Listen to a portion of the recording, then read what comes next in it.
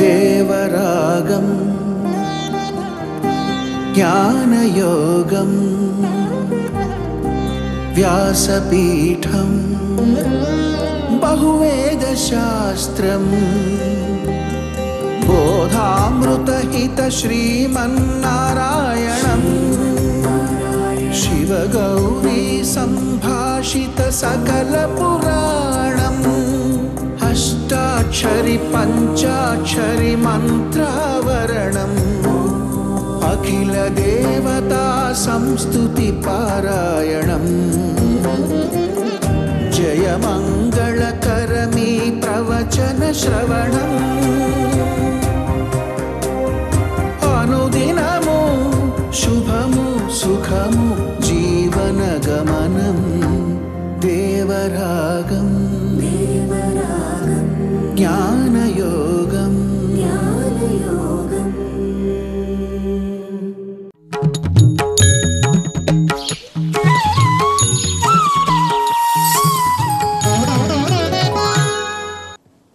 ఆపదామపహర్తారం దాతారం సర్వసంపదాం లోకాభిరామం శ్రీరామం భూయో భూయో నమామ్యహం.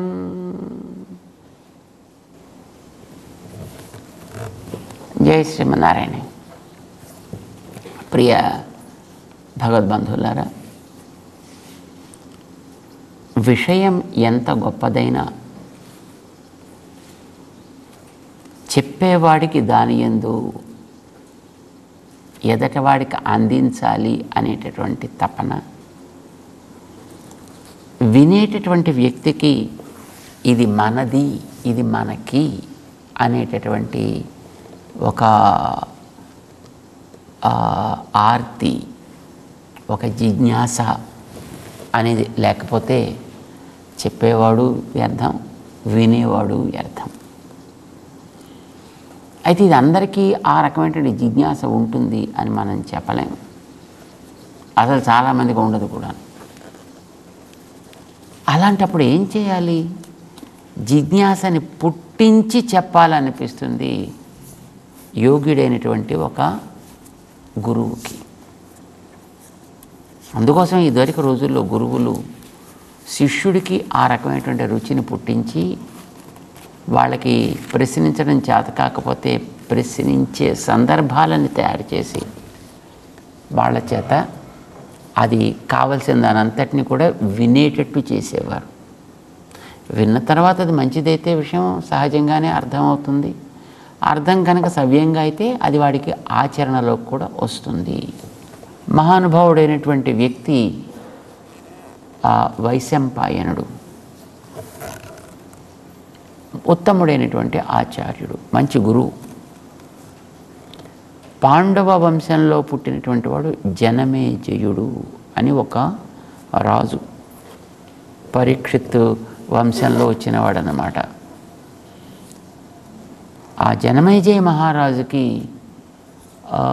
ఏదో కోపం వచ్చి ఆయన ఏదో సర్పయాగం చేశాడు. దాంట్లో మొత్తం సర్పాలన్నీ కూడా నాశనం చేయాలనుకున్నాడు. తర్వాత వచ్చి అతన్ని ఆపారు, కొంచెం శాంతించాడు మనిషి. రాజ్యపాలన చేస్తుండగా ఇంకోసారి ఇప్పుడు మళ్ళీ ఇలాంటి పాడు పనులు వీడు చేయకూడదు అని అంటే వీడికి కొంచెం ఆవేశం తగదు, ఆలోచన అవసరం. ఈ విషయం చెప్పాలి. ఆవేశం ఉండడం వల్లనే నీ పూర్వులంతా పాడయ్యారా నాయన. ఆలోచన ఉండడం వల్లనే పాండవులు బాగుపడ్డారా. ఆవేశం ఉండడం వల్లనే రావణాసురుడు నశించాడురా. ఆలోచన ఉండడం వల్లనే వాడి తమ్ముడైన విభీషణాదులు బాగుపడ్డారా. ఇలాంటివన్నీ చెప్పాలి. చెప్పాలంటే పూర్వుల యొక్క చరిత్రని చెప్పాలి. మనిషి బాగుపడాలంటే చరిత్ర వల్లనే బాగుపడాలండి. చరిత్రను తెలుసుకుని బాగుపడాలి. భారతాన్ని రచిస్తూ మహానుభావులు ఒక ప్రతిజ్ఞ చేశారు. మేము ఎందుకు రాస్తున్నామంటే భారతాన్ని ఏదో మీకు చెప్పాలి, మేమేదో రాయాలి, గ్రంథాలని ముద్రించామని క్రెడిట్ సంపాదించాలి, లేకపోతే ఈ పుస్తకాలని సేల్ చేసుకుని ప్రాఫిట్స్ సంపాదించుకోవాలి. నో. ఎందుకని మరి రాస్తున్నారు మీరు? స్వం స్వం చరిత్రం శిక్షేరన్, స్వం స్వం చరిత్రం శిక్షేరన్. మీ ఆచరణని బాగు చేసుకోండి. ఇదివరకు ఇలా ఆచరించిన వాడు ఎట్లాంటి ప్రయోజనాన్ని పొందాడు? నష్టపోయాడా? సుఖపడ్డాడా? సుఖపడ్డాడంటే ఆచరణని మీరు సొంతం చేసుకోండి. నష్టపోయాడంటే అలాంటి ఆచరణకి తిలోదకాలు వదలండి, వాటిని మానేయండి. ఎవరి కోసం అంటే మీ ఊళ్ళో వాళ్ళకా, మా ఊళ్ళో వాళ్ళకా? పృథివ్యాం, ఈ భూమి మీద ఉండేటువంటి వాళ్ళు ఎవరికైనా సరే, సర్వమానవా, వాళ్ళు ఈ జాతి వాళ్ళ, ఆ జాతి వాళ్ళ, ఈ కులం వాళ్ళ, ఆ కులం వాళ్ళ, ఈ మతం వాళ్ళ, ఆ మతం వాళ్ళ, ప్రశ్న లేదు. ఈ భాష వాళ్ళ, ఆ భాష వాళ్ళ, ఎవరైనా కావచ్చు. నువ్వు మనిషివైతే చాలు. మనిషిగా నీ బతుకుని సార్థకం చేసుకోవాలి అని అనుకుంటే, మనిషిగా నీ స్థానాన్ని పదిలంగా ఉంచుకోవాలని అనుకుంటే, మనిషిగా నీ తరాలు 10 కాలాల పాటు సాగాలి అని అనుకుంటే, స్వం స్వం చరిత్రం శిక్షేరన్ పృథివ్యాం సర్వమానవా. మీ బతుకుల గురించి అర్థం చేసుకోండి. మీ బతుకుల్ని ఎట్లాగా బంగారు పంటలు పండించేటట్టుగా తయారు చేసుకోవాలో తెలుసుకోండి. వాటిని బండల పాలు చేయకండి. దానికి పెనకాతలు నడిచిన వాళ్ళ యొక్క కథ తెలియడం మీకు మంచిది. ఇదిగో నేను ఆ చరిత్రని మీకు ఇస్తున్నాను. అప్పుడు ఇచ్చాడు వేదవ్యాస భగవానుడు ఈ చరిత్రనంతటిని కూడా. చేత మనం ఎప్పుడైనా సరే పెద్దల చరిత్ర తెలుసుకోవాలంటే అదేదో వాళ్ళ ఘనత కోసం తెలుసుకోవడం కాదు, మన బతుకుని బంగారంగా పండించుకోవడం కోసం మనం తెలుసుకోవాలి. పాపం ఈ పిల్లవాడికి ఆవేశం ఎక్కువ, జనమేజయుడికి. కనుక ఇతనికి ఏదైనా చెప్పి మంచి మార్గంలో పెట్టాలి అని అనిపించింది ఆయనకి. సరే వచ్చాడు ఒక రోజున, నాయన మహానుభావ, చాలా నువ్వు ఎప్పుడు కూడా రాజ పరిపాలన దక్షత కలిగినటువంటి మహానుభావుడివి కనుక ఆ వ్యవహారాల్లోనే తలమునకలై ఉంటున్నావు నువ్వు ఎప్పుడు కూడా. కానీ ఉండడం మంచిదే, కానీ నీ పెద్దల గురించి తెలుసుకోవడం కూడా నీకు చాలా మంచిదే. తెలుసుకోవడం వల్ల నీ జీవితాన్ని కూడా నువ్వు బాగు చేసుకోవచ్చు. చెప్తాను, మీకు సంభావన ఎంత ఇవ్వాలండి చెప్తానంటే, ఏం అక్కర్లేదు, నువ్వు వింటే చాలున్నాయా. ఓహో అలాగండి, అయితే ఒక బాధ్యత తగ్గింది. లేకపోతే మనం ఫస్ట్ డీల్ కదా, ఇది చెప్పాలి అంటే నువ్వు ఎంత ఇస్తావు నాకు, మరి అంత నాకు నేను ఇవ్వగలను ఇవ్వలేను చూసుకోవాలి కదా. అదేం లేదని చెప్పాడు ఆయన. నువ్వు వింటే చాలు, నువ్వు బాగుపడితే చాలున్నాయా. So nice. సరే ఏం చెప్తారు సార్ అని అడిగాడు. అంటే మరి ఏం లేదయ్యా, భారతం చెప్తా, రామాయణం చెప్తా, ఇంతేనా అన్నాడు. అలాగా, చాలా సంతోషం. ఎంతసేపు పడుతుందండి అని అడిగాడు. మీరు చెప్పింది వినడానికి ఎంతసేపు అంటే, దానికి మనం వినేదాన్ని బట్టి ఉంటుందా, మనం కేటాయించే సమయాన్ని బట్టి ఉంటుందా? అప్పుడు అసలు ఎంత గ్రంథం అండి అసలు మీరు చెప్పదలుచుకుంది? పెద్దది ఎక్కువేం కాదు. రామాయణం ఉంది కదా, ఓ 24,000 శ్లోకాలయా. భారతం ఉంది కదా, ఓ 1,00,000 శ్లోకాల గ్రంథమయా. గుండెల్లో పర్వతాలు పడ్డట్టు అయింది, రాళ్ళు కాదు. 24,000 శ్లోకాల రామాయణం, 1,25,000 శ్లోకాల గ్రంథమా భారతం. అంత వినమంటారా?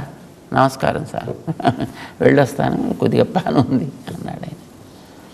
సరే పోనీ ఎప్పుడు రమ్మంటావు చెప్పా అంటే, ఎప్పుడు కుదరదండి, నాకు ఎప్పుడు అంత టైం ఇవ్వడానికి వీలు లేదండి, నా బోల్డని పనులు ఉన్నాయి సార్ అన్నాడు.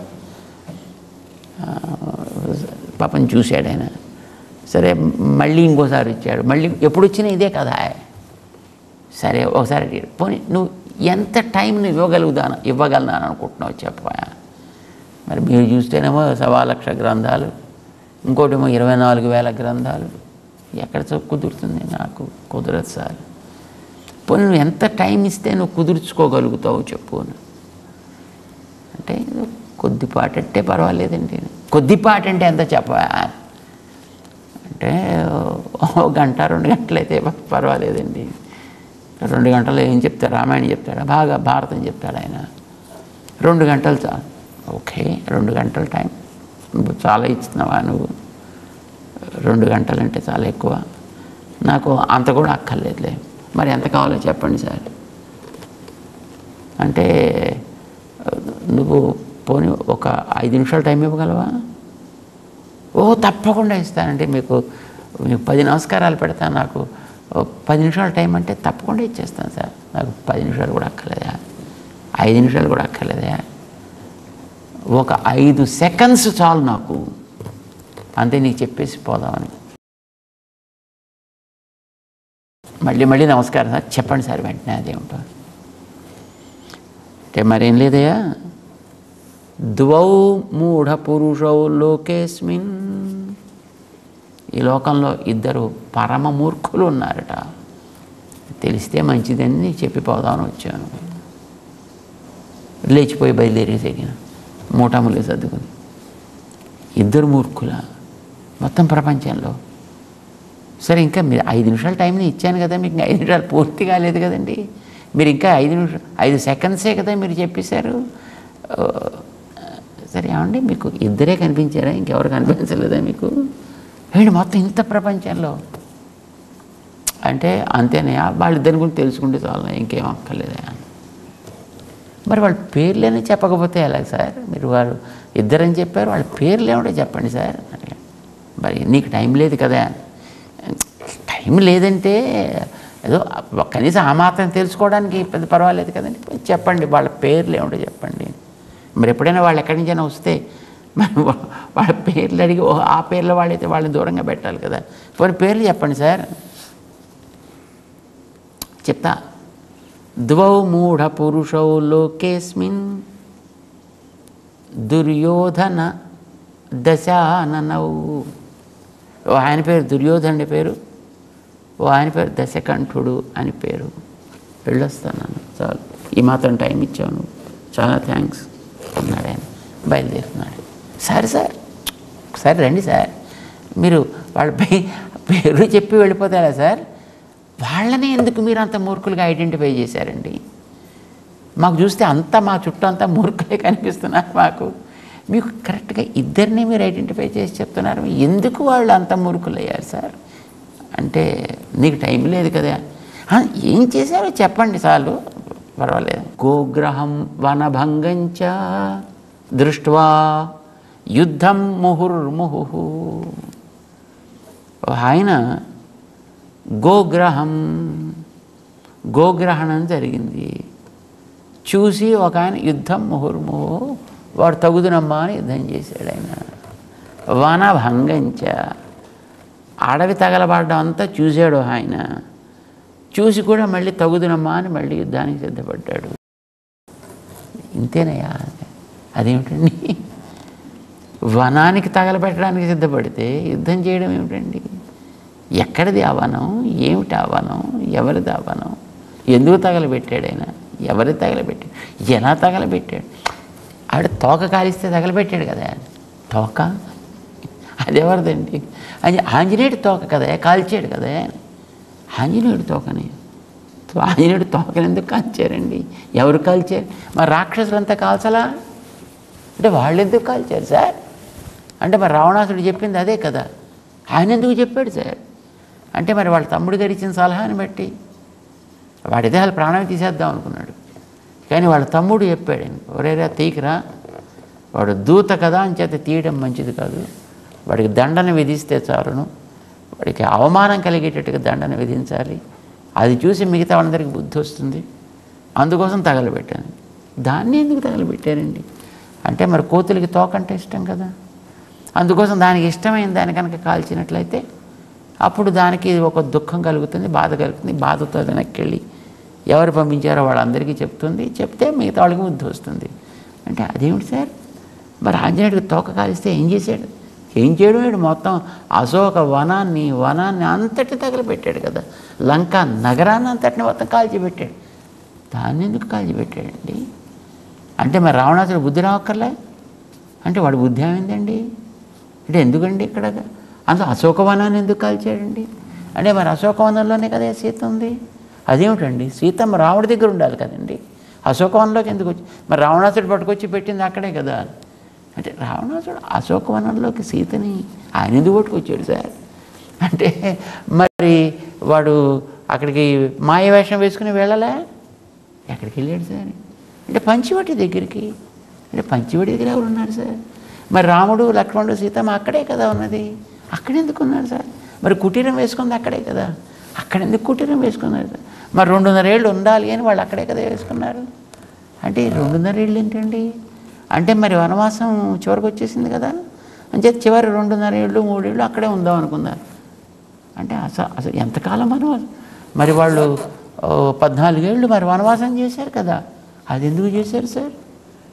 అంటే మరి వాళ్ళు అడవిలో తిరగాల్సి వచ్చింది కదా, మరి వాళ్ళంతా అడవిలో ఉండాల్సి వచ్చింది కదా, వాళ్ళు 14 ఏళ్ళు అడవిలో ఎందుకు ఉన్నారు సార్? మరి వాళ్ళ నాన్నగారు పంపించింది అక్కడికే కదా, ఆయన ఎందుకు పంపించాడు సార్? మరి వాళ్ళ ఆవిడ కోరింది కదా ఆయన్ని, ఆవిడెవరు సార్? అంటే ఆవిడ కైకమ్మ మరి వాళ్ళ 3వ భార్య కదా, అంటే ఇంకో 2 ఉన్నారు సార్. మరి కౌసల్యమ్మ సుమిత్రమ్మ అని ఇంకో 2 కూడా ఉండేవాళ్ళు కదా. మరి ఈవిడికి ఎందుకు ఆ బుద్ధి పుట్టిందండి? మరి ఆయన వరం ఇచ్చాడు కదా ఈవిడికి అంతకుముందు, అది ఎప్పుడు సార్? అంటే అప్పుడు దేవదాన యుద్ధంలో ఇచ్చాడు కదా. ఇలాగా వాడి చేత ఒక ప్రశ్నకి వెనకాతలు ఇంకో ప్రశ్న వేసేట్టుగా, దాని వెనకాతల మరొక ప్రశ్న వేసేట్టుగా, దాని వెనకాతల మరొక ప్రశ్న వేసేట్టుగా, ప్రశ్న వేయడానికి వీలయ్యేటట్టుగా విషయాన్ని చెబుతూ మొత్తానికి రామాయణం అంతా చెప్పేశాడు. పాపం ఆ పిచ్చి రాజుకి తాను అడుగుతున్నాను, వింటున్నాను, ఇంత టైం గడుస్తోందని కూడా తెలియలా. మొత్తం రామాయణం అంతా చెప్పాడు. అంత చెప్పేసిన తర్వాత అంత పరాక్రమం కలిగిన ఒక్క వానరం లంకా నగరాన్ని అంతటిని కూడా మొత్తం అల్లకల్లోలం చేసి పెట్టి కాల్చి పారేస్తే కూడా అలాంటి వానరాల రాజైన సుగ్రీవుణ్ణి తోడు పెట్టుకొని, అలాంటి పరాక్రమం కలిగిన వానరులను తోడు పెట్టుకొని లంకా నగరానికి మధ్య సేతువు నిర్మాణం చేసుకుని లంకానగరంలో ప్రవేశిస్తే, అలాంటి వాళ్ళతోటి వెంటనే సంధి చేసుకోక యుద్ధం చేశాడు రావణాసురుడు. బతుకుతాడా? ఒక్కడొచ్చి మొత్తం ఊరుందటిని ఎంతమందిని పంపించినా చివరి తన కొడుకును కూడా ప్రాణం తీసినటువంటి ఒక్క వానరం. అలాంటివి ఎన్నో వానరాలు వస్తే తగుదునమ్మా అని యుద్ధానికి సిద్ధపడ్డాడు, ప్రాణం పోగొట్టుకున్నాడు రావణాసురుడు. అందుకే వాడు మూర్ఖుడయ్యాడయ్యా. అబ్బా, ఎంత బాగా చెప్పారు సార్ మీరు. అంటే మనం జాగ్రత్తగా ఆలోచించి చేయాలన్నమాట పనులని. కరెక్ట్. అందుకోసం అలా చేసిన వాళ్ళు 2, అందులో ఒకడి గురించి చెప్పాను నీకు. వెళ్ళొస్తాం మరి. అంటే ఒకడి గురించే కదండి మీరు చెప్పారు. మరి 2వ వాడు ఎవడు సార్? వాడే సుయోధనుడు. వాడు కూడా ఇలాగే పాడు పని చేశాడు. వాడేం పాడు పని చేశాడు సార్? గోగ్రహణం చూసి కూడా మళ్ళీ యుద్ధం చేశాడు కదా. గోగ్రహణమా? అది ఎక్కడ? మరి ఉత్తర దిశలో గోగ్రహణం జరగలే? దేనికి ఉత్తర దిశలో సార్? అదే మరి ఆ విరాట్ నగరానికి ఉత్తర దిశలో కదా గోవులని తిరుగుతుండేవి. వాటిని అన్నిటినీ కూడా పట్టుకెళ్ళిపోయారు. చూసి కూడా యుద్ధం చేశాడు వాళ్ళతో. ఎవరు పట్టుకెళ్ళారు సార్? అంటే మరి అర్జునుడే కదా మళ్ళీ వాటన్నిటిని కూడా జాగ్రత్తగా పట్టుకొచ్చింది వాడి. అంటే ఎక్కడి నుంచి పట్టుకొచ్చాడు సార్? మరి కౌరవులంతా మరల్చుకుపోతుండలా? ఆపేసి వాళ్ళందరికీ మళ్ళీ వీటన్నిటి వెనక్కి మరల్చుకు రాలా? కౌరవులు వాళ్ళు ఎందుకు పట్టుకెళ్ళారు సార్? అంటే మరి అజ్ఞాతవాసాన్ని బయట పెట్టాలంటే మరి ఏదో చేయాలి కదా. అంటే అజ్ఞాతవాసం అదెవరు చేసేది సార్? మరి పాండవులు చేసిన అజ్ఞాతవాసమే కదా. అంటే ఎంతకాలం చేశారు? మరి 1 ఏడాది పాటు చేయాలా? ఎందుకు చేశారు సార్? మరి అరణ్యవాసం అయిపోయాక అదే కదా చేయాల్సింది. అరణ్యవాసం అది ఎవరు చేసేది సార్? మరి పాండవులు చేసింది అరణ్యవాసం కదే. అది ఎంతకాలం అంటే 12 ఏళ్ల పాటు. అది ఎందుకు చేయాల్సి వచ్చింది సార్? అంటే మరి ఓడిపోయిన తర్వాత షరత్ అదే కదే. దేంట్లో ఓడిపోయారు సార్? అంటే మరి జూదంలో అది ఎందుకు ఆడారు సార్? ఇలాగా ప్రశ్నల పైన ప్రశ్నలు వాళ్ళు పుట్టేట్టుగా చేసి అతనికి ఆ జిజ్ఞాస తీర్చడానికా అన్నట్టుగా వైశంపాయన మహర్షి మొత్తం జనమేజయ మహారాజుకి భారతం వాళ్ళ వంశపు చరిత్రని అంతటినీ కూడా మొత్తం 1,00,000 గ్రంథాన్ని 24,000 శ్లోకాల రామాయణాన్ని మొత్తం అంతటినీ ఉపదేశం చేసేసాడు. ఎంత గొప్ప యోగుడైనా నాకు వినడానికి తీరిక లేదు, అబ్బా పనులతోటి నేను మునిగిపోతున్నాను అని సమయం ఒక 5 నిమిషాలు అరగంట కూడా ఇవ్వడానికి ఇష్టపడనటువంటి రాజుని అతనికి తెలియకుండానే అతనిలో జిజ్ఞాస కలిగి అతనే ప్రశ్నలు వేసి సమాధానాలను పొంది అందులోంచి మళ్ళీ ప్రశ్నలు పొంది అందులో మళ్ళీ దానికి సమాధానాలు పొందగలిగేటట్లుగా ఉపదేశం చేయగలిగాడంటే ఎంత యోగ్యుడైనటువంటి గురుత్తముడవుతాడైన మహానుభావుడు. అతనికి అట్లా ఉపదేశం చేశాడు. అదే క్రమంలో మానవాళికి అంతటికి కూడా తత్వజ్ఞానం కలగాలి అంటే తత్వోపదేశం చేయాలి. ఎవడడుగుతాడు తత్వోపదేశాన్ని గురించి? ఎవడికి కావాలి తత్వాన్ని గురించి? అందరికీ కావలసింది పాంతు, పైసలు కావాలి తప్ప పరమాత్మ ఎందుకండి? అందరికీ కావాల్సింది చక్కటి దర్శనం ఎందుకు కనుక? ధనం కావాలి కానీ.